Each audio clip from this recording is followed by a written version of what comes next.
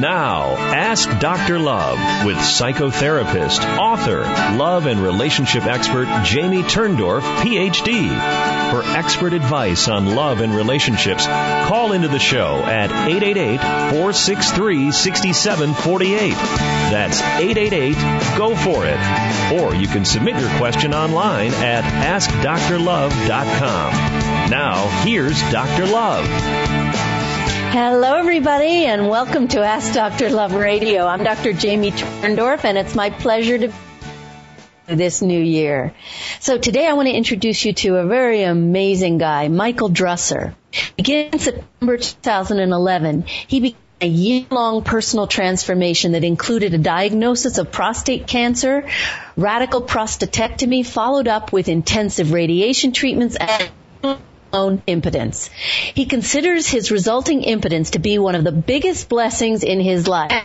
That he and his partner discovered an entirely new approach to experiencing levels of emotional and physical intimacy that far exceeded experience prior to when they were working, quote unquote, correctly.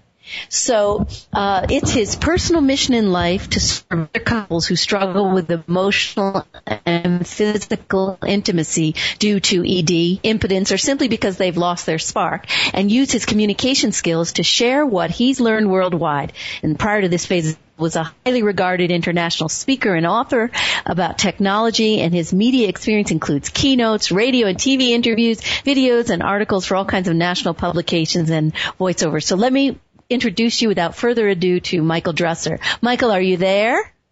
I sure am. Thank you very much, Jamie. I'm so glad to have you on my show. Well, thank you. I'm delighted to be here. I mean, I figure for what I have to talk about, Dr. Love is a perfect venue. What can I say? You got that right, baby. You know, and it better not be too hard to bring the subject up with Dr. Love, right? Right. Well, let's not use the word hard too often. I know. Really I did it on purpose. I and you know I. So talk to me. Is it hard for you to talk about the topic? How does it work? Is it easy? Are you at ease? Not at all. I'm extremely at ease. I consider myself to be the voice for that which is never spoken, and that is the subject of ED, erectile dysfunction / impotence. And it's a subject that is the biggest white elephant in our culture today. Literally millions of men are affected by this along with their mates. And so many men, and it's largely culturally based, see their manhood, the very essence of who they are as men based on how well their equipment works. And I am living proof, as well as there's others, but I'm perhaps the most vociferous about this. I am living proof that it doesn't have to be that way. In fact, it's quite the opposite. The ED literally has been the biggest gift to our intimate life, without question. Right. So tell me what it was like for you in the beginning, you know, when you first had the surgery and then you discovered that things were not working south of the border. I'll tell you, I have to give you a little bit of backstory, because prior to that, 2 months prior to being diagnosed, Jamie, I ended a 26-year marriage. And that's something I take full responsibility for. Started out as soulmates, and like many baby boomer couples, we ended up being roommates. And the last 11 years of that relationship, while we're waiting for our youngest son to go to college, we were essentially roommates. We were celibate. And so you can imagine the irony that I felt and the rage and disbelief that I had when I was finally able to be legally and morally able to have relationships with another woman, the first different one in 30 years, that I find out my equipment no longer works. And that includes with any of the pills or anything. I'm going, you have got to be kidding me. No, and this happened before the diagnosis. 2 months prior. 2 months, okay. And then you were starting to say that the thing was you were shut down. Not just your plumbing wasn't working, your heart was shut down. You were basically dead, not only from the waist down, but from the waist up. Your heart was dead. Yeah, well, my heart never dies. It's just that I was putting so much armor around it, like so many of us do in today's culture to kind of protect ourselves. Vulnerability is not something that's taught very often, and I had to learn to become vulnerable again. And in the parlance of a book I just finished reading, which is just spectacular, it's called The Presence Process by Michael Brown. One of the biggest things I took from that is that life's not about feeling better. It's about getting better at feeling. And isn't that true? Yeah. Absolutely right. You know, if you want to feel the great heights of passion, you also have to be willing to feel the depths of despair. That's the deal. That is the deal. That is part of this human experience we have. And so many of us, and our culture conspires against this. Our culture gives us the drug of distraction so we don't have to feel. And I decided that I was done with that. So I drew a line in the sand, what I call the proverbial line in the sand. I crossed over and I says, no matter what it takes, I'm never going back. I am going to allow myself to feel everything. And I literally switched careers. I didn't know what was next for me. And that was the starting point for me. And then 2 months later, I was diagnosed with prostate cancer. And just to put this in perspective, Jamie, in my family, cancer is 100% fatal. 5 out of 5 other members of my immediate family have died from cancer. I'm number 6. Now, I'm otherwise very healthy, but I still have the cancer, and I'm at peace with that, and it seems to be under control. But I had to deal with that first, and then go to, oh, my God, and now it doesn't work. So, yeah, there was a few things I had to deal with, but I have to say both were gifts, and I'm not being flippant or in any way cliche-ish about that. They really were, because I look at my cancer as a gift because every day, every single moment, I'm just acutely aware how precious this life is, how incredibly beautiful it is. Even the stuff that doesn't feel good is an experience, and that, to me, is a gift. So what you're doing is, by having the threat of a terminal illness and the impending possibility of your own death, that has enabled you to live more fully. You are so grateful for every moment you have, know that it could be taken. Absolutely, and I've come to peace with that. I agree with that. And then the erectile dysfunction. Well, once I went through the 4 stages of loss, like starting with looking up at the heavens going, you've got to be effing kidding me that after 11 the same years thing, really literally.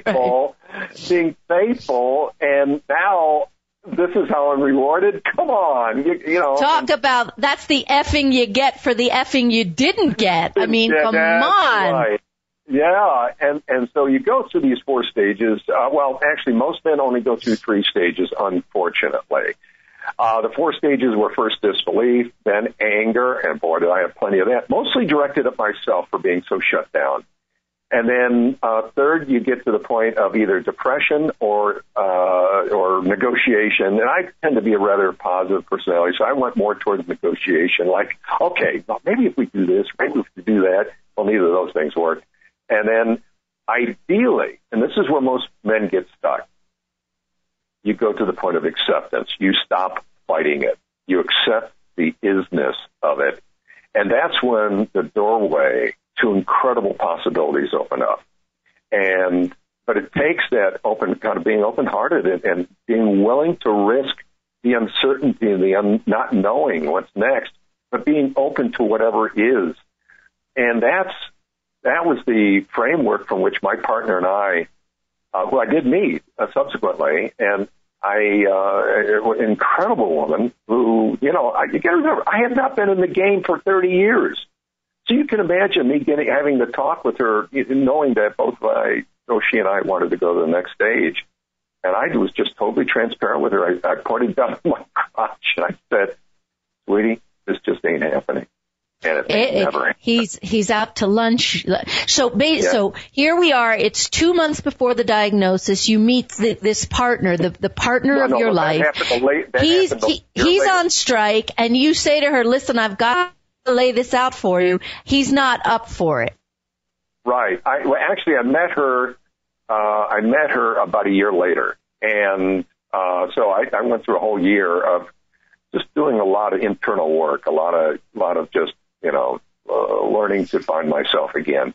And so a year later, I met her very serendipitously, and learning that there are no such things as coincidences.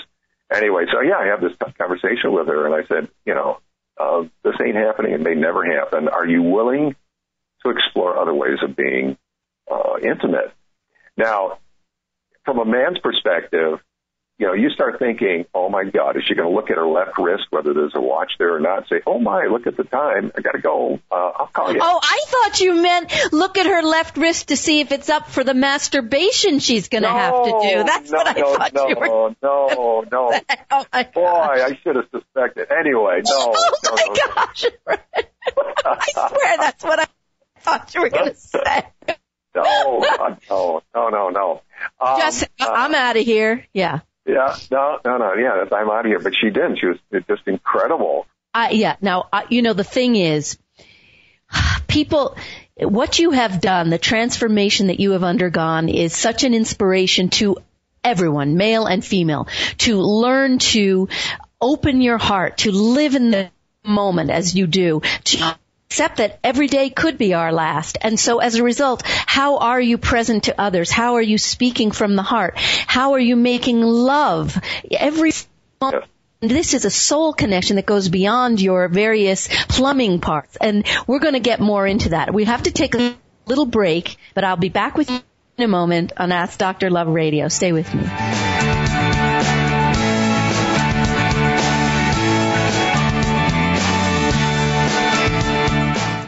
You're listening to Ask Dr. Love with Dr. Jamie Turndorf.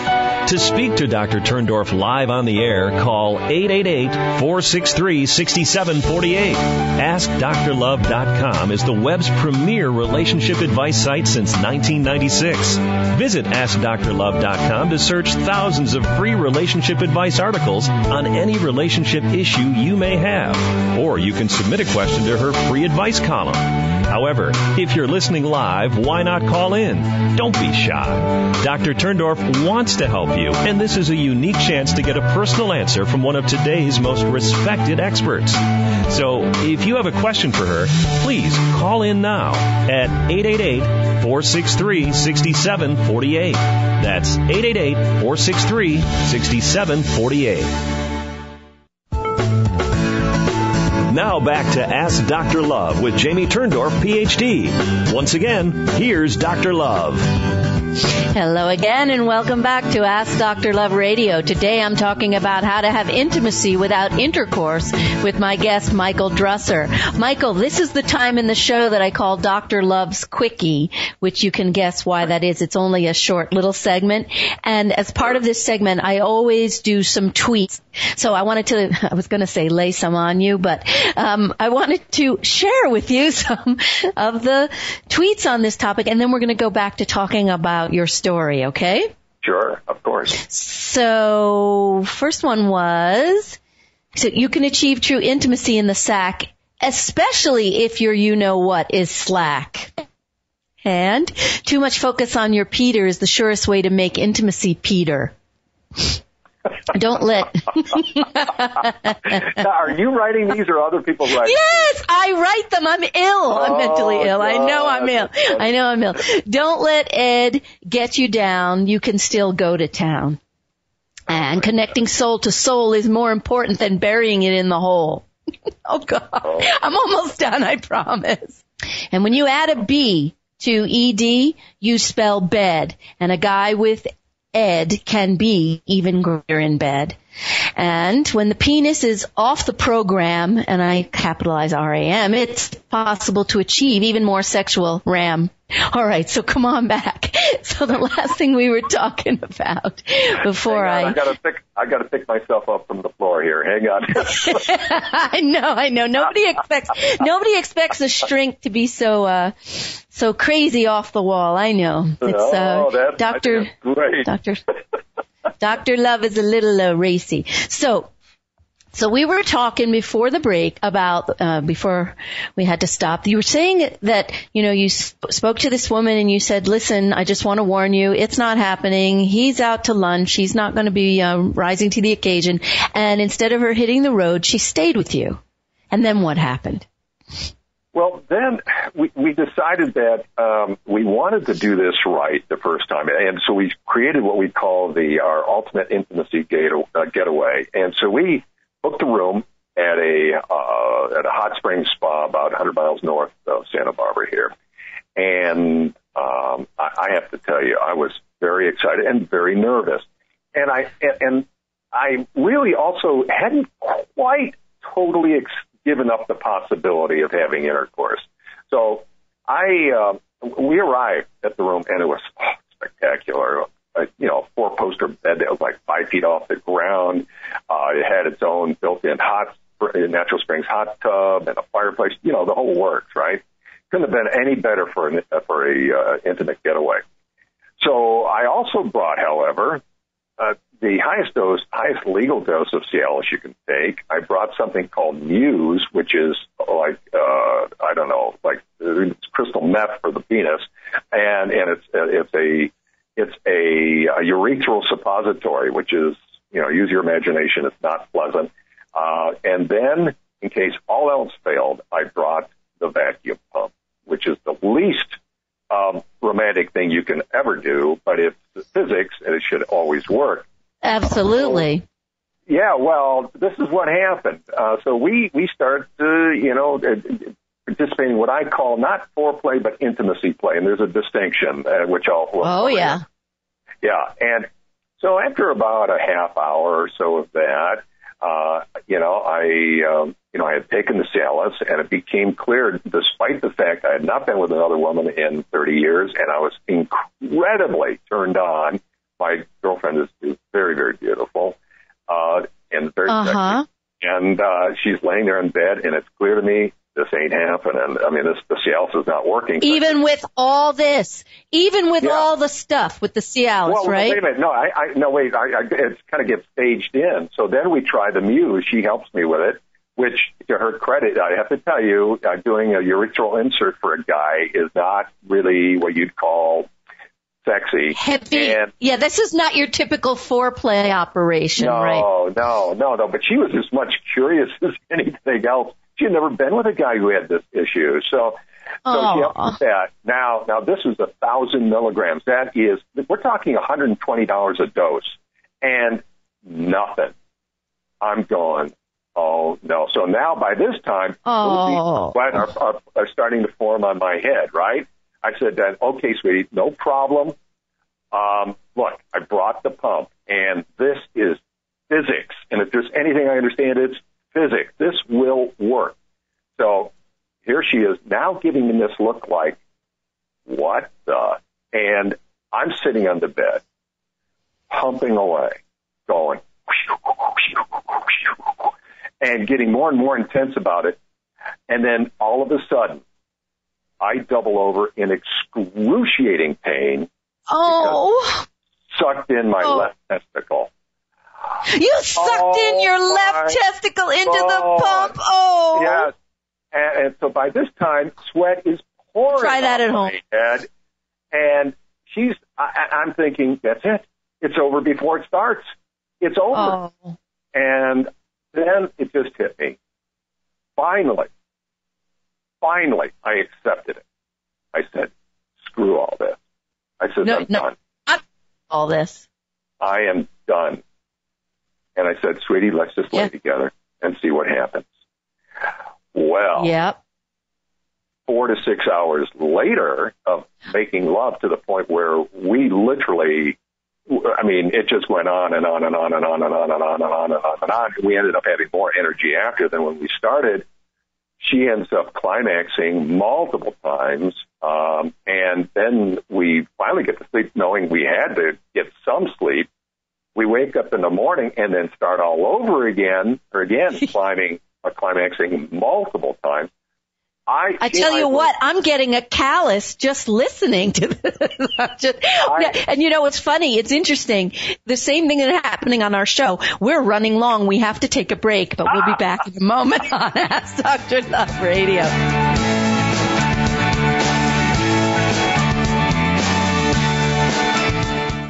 You're listening to Ask Dr. Love with Dr. Jamie Turndorf. To speak to Dr. Turndorf live on the air, call 888-463-6748.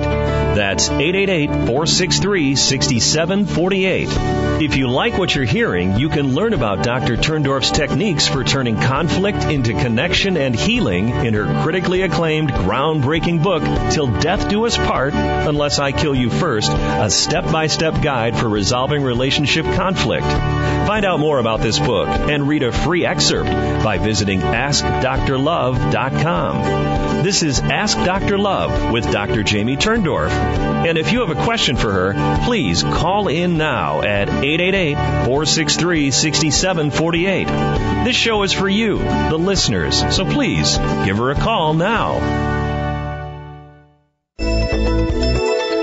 You're listening to Ask Dr. Love with Jamie Turndorf, Ph.D. Once again, here's Dr. Love.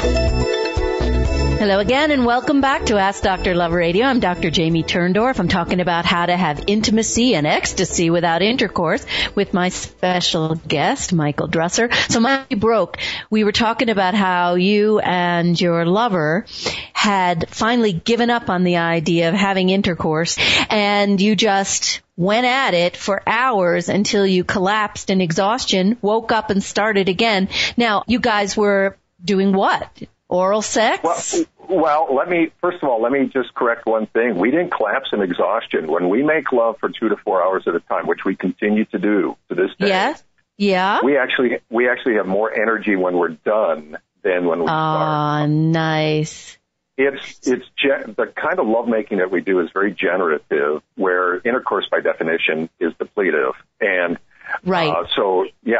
It's entirely different experience for both of us. And by the way, I want to mention that she is postmenopausal, and prior to us getting together, she had trouble with dryness and was not at all satisfied with intercourse that she had with other men. And so it was perfect for her. This was a match made in heaven, because the discomfort from the vaginal dryness didn't really make her such a great candidate for intercourse. Well, not only that, prior to that, she even when she didn't have that issue, and this is what I understand from most women, and I'm sure you'd be able to say a few things about this yourself, is that most women, the incredible differences in sexual response profiles between men and women are so profound.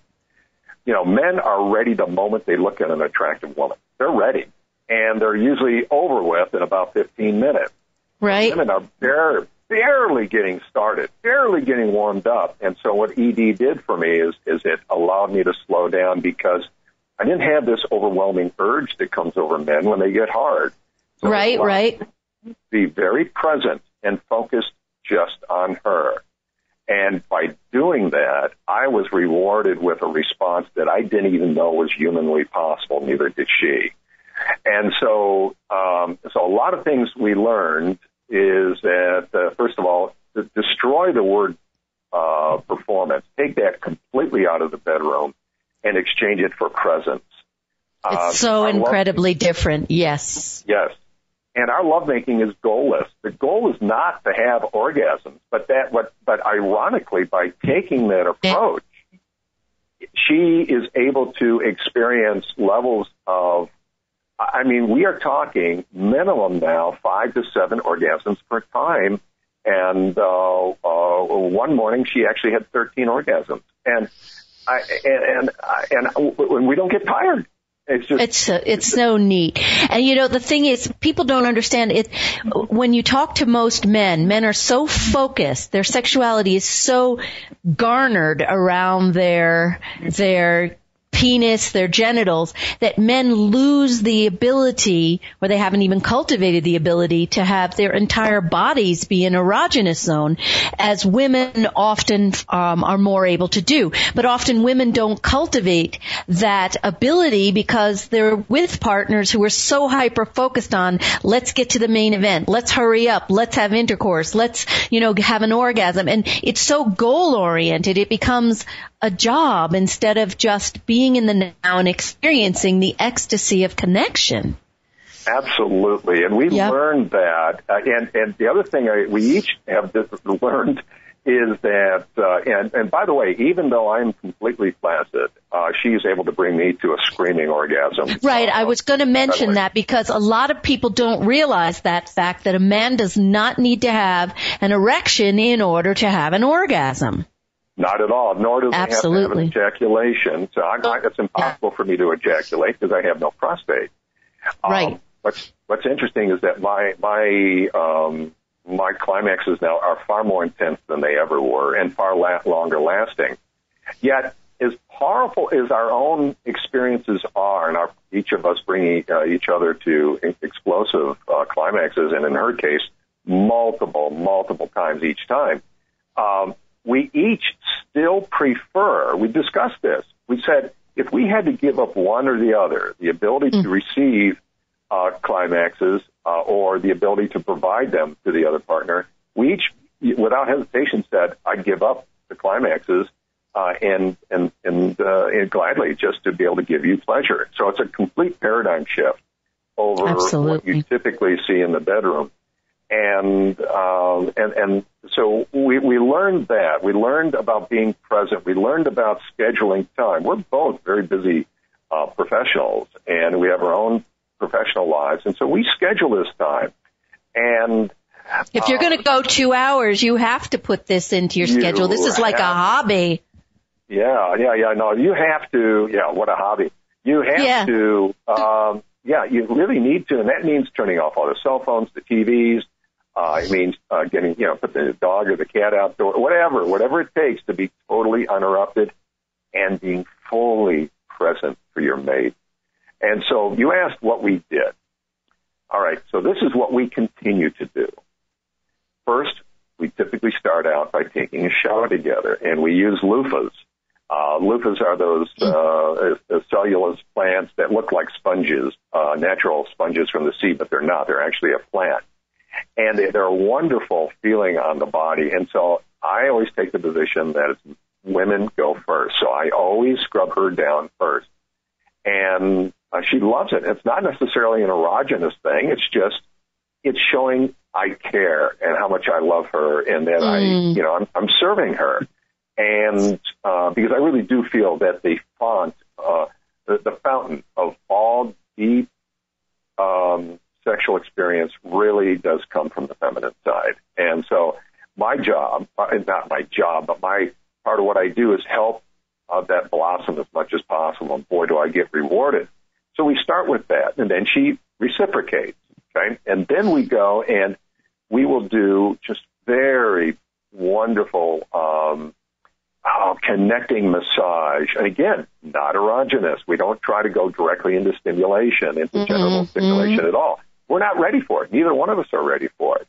And it gets to the point often, Jamie, that literally just lightly touching her skin will send her into paroxysms. And same Isn't that neat? That's so great. Yeah. Oh, you can literally feel the energy flowing from the fingertips. And then after about, so the wash and then the massage, that's about an hour's worth of lovemaking right there. And then by that time, she's probably ready. And just as a side note, it's so ironic. Now that she doesn't need it, she lubricates so copiously, it's ridiculous. At one point, she says, I need to go to my doctor. I says, what's he going to tell you? Bottle it and sell it. I mean, it just, so many women should have that problem. But the thing is, we don't need it. So at that point, then I will start. Of course, there's tons of kissing, very gentle, very, very gentle kissing, and then I start kissing her all over her body, and eventually get down to oral sex. Now, we both did discuss that we both really like oral sex. And I have to tell you, I've learned something that I thought, I never would ever learn, and that is, you've heard the expression that the pen is mightier than the sword? Yeah. Well, I've learned from direct experience that the tongue is mightier than the penis. And the tongue is mightier than the penis. Amen. Right? A lot of guys should listen to that one, right? Well, the other thing I learned too is that she actually needed. See, here's another crucial part of this. I needed to be open to be coached by her as to what she liked, because the way the male brain works, the way men get excited, is in greater intensity equals greater pleasure until the final climax. And that's what we think the male brain typically thinks works for women, and most women it's not the case. Now, that may be the case if women masturbate, but often not the case when they have a man go down on them. And it's what I call the Captain Crunch and Munch syndrome. And that's a tendency what a lot of men would end up doing is, really going at it. And that does not work for most women. And so she taught me how to be very, very, very gentle with her and very soft with her with my tongue. And I listened.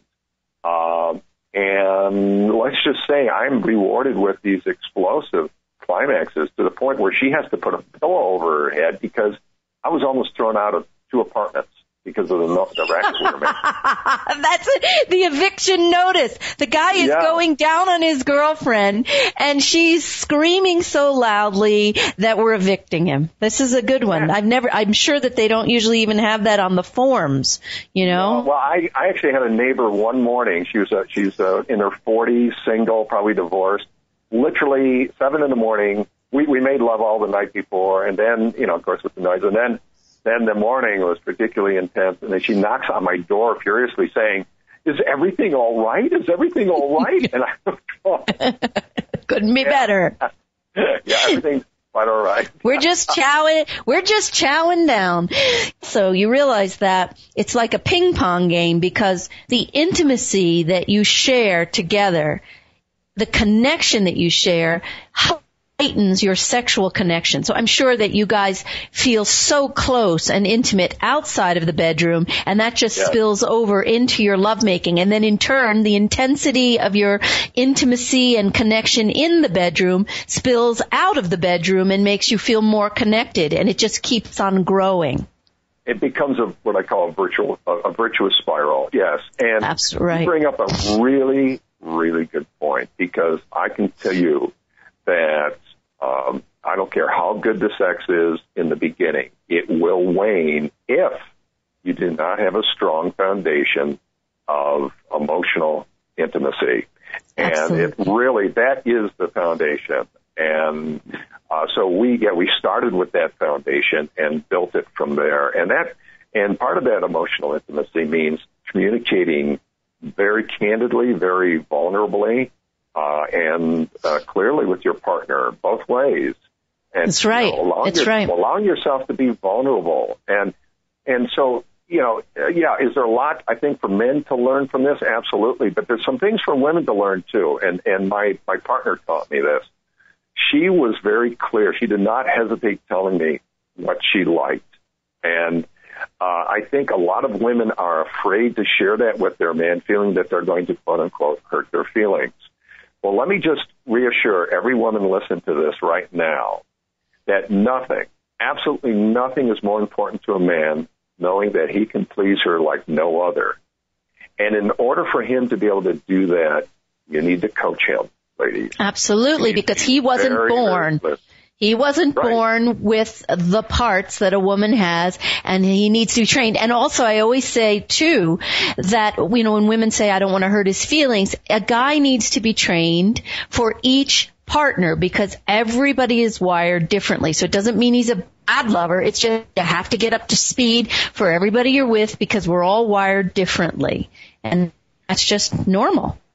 Yeah, and again, the way the male brain is wired is that we think harder and faster is better, and that may be for us, but it is not what I have seen or have spoken to many women about. That is, right. It's very true. And so women don't tend to use enough pressure and force and speed with guys, and guys use too much with women. Now, I have to take a break, but I'll be back with you in a moment on Ask Dr. Love Radio.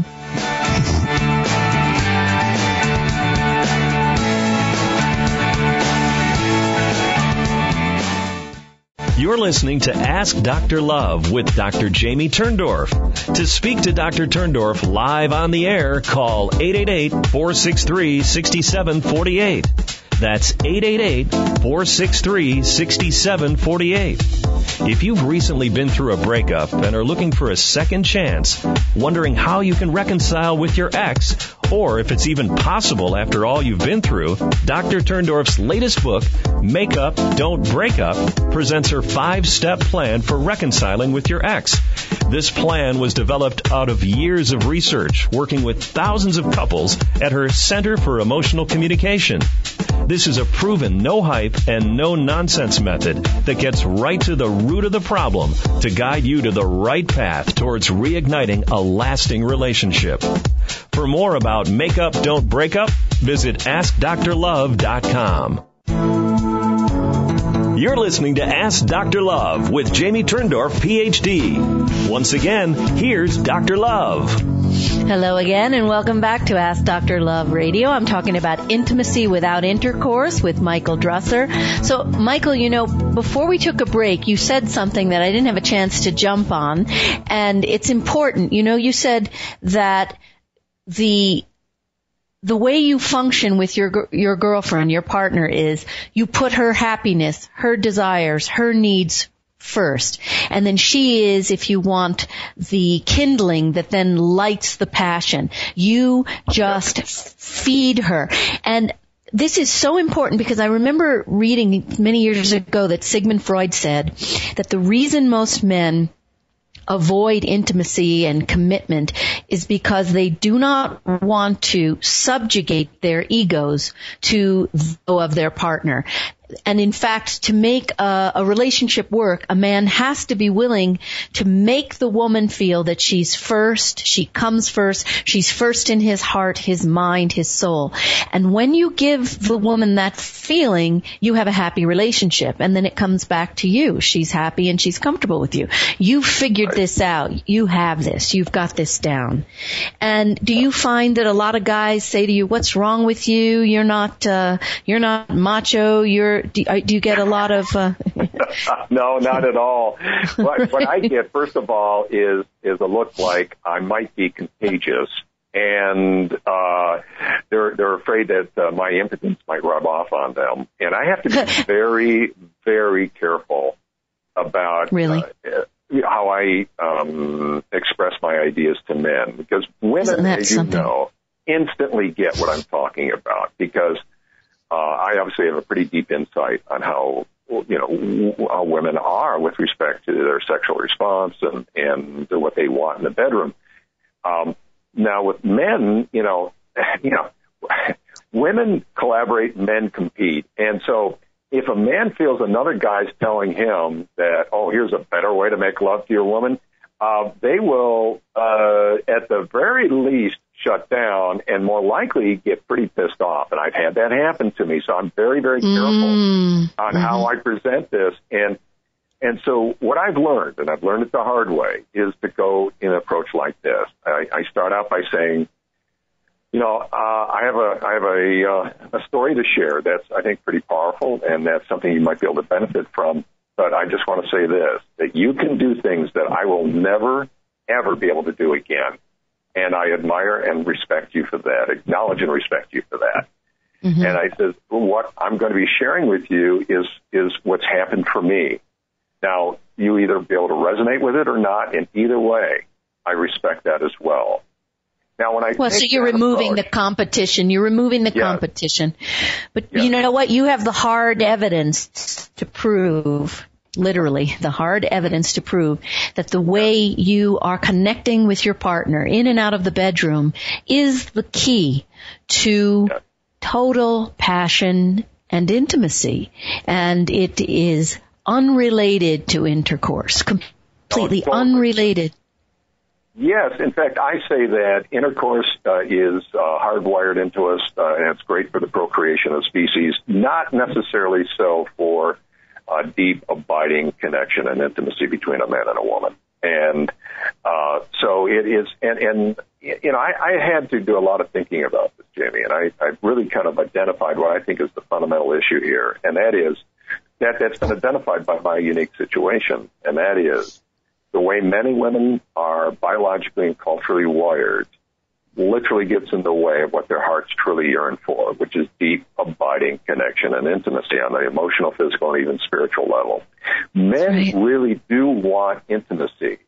They don't know how to articulate it. They don't know how to go about it. Now, I'm speaking in general terms. And you know what, Michael, you are so correct. And I will even say to you that what I see men do is they confuse the wish for emotional intimacy with the need for intercourse. And you'll hear men describing, I have to get laid and I have to get laid and I'm not getting laid enough. And what you realize is that they are a bottomless pit that can't be filled because it's their soul that's hungering for some other form of connection. And when guys are able to open up to that fact, they realize, oh wow, I really didn't need to get laid. I was looking for something else. I just wanted to hold her. I wanted to look in her eyes. In fact, the so-called players in our culture are really some of the loneliest men there are.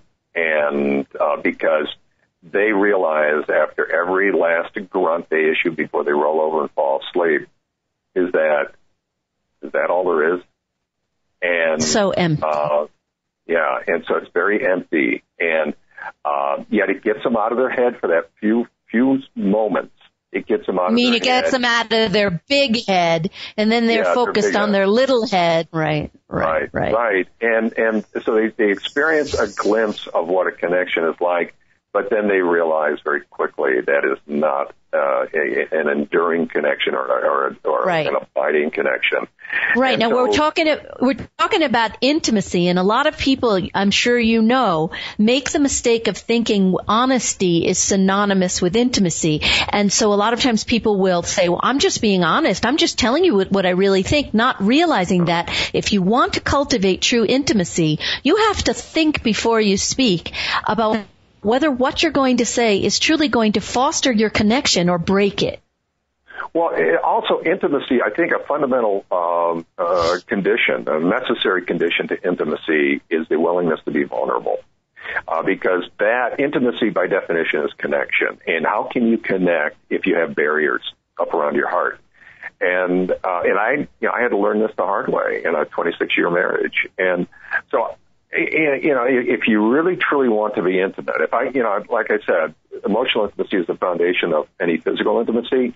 Well, the precept or foundation for all kinds of intimacy is an open heart. Being vulnerable and open-hearted is the absolutely necessary and sufficient condition for intimacy. Right. So what we're talking about is like melting the armor that surrounds your heart. So you're willing to be open to all your feelings, to be vulnerable, to admit when you're afraid, you're scared, you're hurt, but the thing is, a lot of times what I find couples do, and actually I have a book coming out from Hay House on January 22nd. It's called Kiss Your Fights Goodbye. And in the book I talk about how couples get derailed because instead of being intimate and vulnerable and speaking about what they truly do feel, they convert the weak, fragile feelings into angry feelings. Now I'm puffed up. Now I feel strong. Now I feel powerful. And I'm just being honest, and I'm attacking you, and I'm blasting you, and I'm blaming you. But this drives you miles and miles away from the open-hearted intimacy that we're talking about. Absolutely. That kind of response just creates more armor. And so it becomes an arms race, and instead of an embracement, an embracing to each other, and it's really, it doesn't have to be that way, and obviously, And I talk about how, whether couples are affected by ED or not, most couples are affected by what I call the impotence of lack of intimacy. Oh, absolutely right. That's a beautiful expression. The impotence of lack of intimacy. I love that. I do. Yeah. So that's why, that is rendering you emotionally impotent. Yes. Emotionally impotent. And when you're emotionally impotent, the other stuff, whether it works or not, is irrelevant. Eventually will become meaningless. In fact, it'll be worse than meaningless. It'll remind you of what you don't really have, but you so desperately want. Absolutely. So, one of the things that I do to help couples achieve this intimacy is I invite them to do what I call 10 minutes of one-to-one time, where you literally face each other and you speak from the heart. And this is not a blame session. This is not a criticism session. It's just I'm opening my heart. I'm saying what I'm feeling, how I feel inside, how I feel toward you. Because most couples are really strangers to each other. They don't really know what goes on in the inner life. So do you and your girl spend a lot of time also just talking to each other, not just being in the bedroom? You talk a lot. Oh God, no, we talk a lot, and we are very vulnerable. It's ironic. I tend to be a little more vulnerable than she does, and I'm not saying that as a criticism of her. I accept that. And, I've been very consciously, working on this now for the last 2 years. And so every day, every moment, I'm aware of it. And, am I being vulnerable or am I trying to protect my heart? And, the irony of this is that the heart never needs protection. And now some people are going to go, what? No, he broke my heart. No, broke your ego. Didn't break your heart. You're not your heart. Your heart is here. Yeah. Your heart is infallible. Your heart is perfect. Your heart is unbelievable. Nothing can hurt your heart, but all kinds of things can hurt your ego. And so, and if you let it, it's always good to try to keep your ego out of things because that's the whole point. And keep your ego out. And so, it's the ego that gets hurt. So, that vulnerability. So, yes, we talk all the time, and they're very, it's very, very open, very candid, very vulnerable kind of communications. And it goes both ways. It's wonderful. It's so wonderful. And, the thing is, I was married for almost 30 years, madly in love with my husband, and we had an incredible intimacy with each other. And when he died of the bee sting, one of the hardest things for me was this feeling that I had somehow been hurled into the atmosphere, and suddenly I was anonymous in the world and invisible on an intimate level, because the way that I spoke with him and the way he spoke with me fed my soul in such a remarkable way. And you don't tend to talk that way with strangers. So, if I could just make a suggestion on that, because one of the things I have to do, because I was so used to being shut down that I knew that old habits die hard, and this actually directly relates to what you were saying. I have a daily practice that I do that reminds me, not just reminds me, but literally transports me into being open-hearted. And it's going to sound silly, Jamie, but I tell you, it works every time. What do you do? I carry around these little glass hearts. And they're things you get from China. And it's so funny that you say it, because what do you think I wear against my heart? Oh, my gosh. Well, I carry them in my pocket, and then I never know who I'm going to give them out to. It could be a child. It could be a woman. It could be a senior. It could be a guy. I once gave one to a guy who we were talking about his motorcycle, which I happen to be into. And the next thing I know, I meet him again, and he gave it to a woman he met on the beach. Right.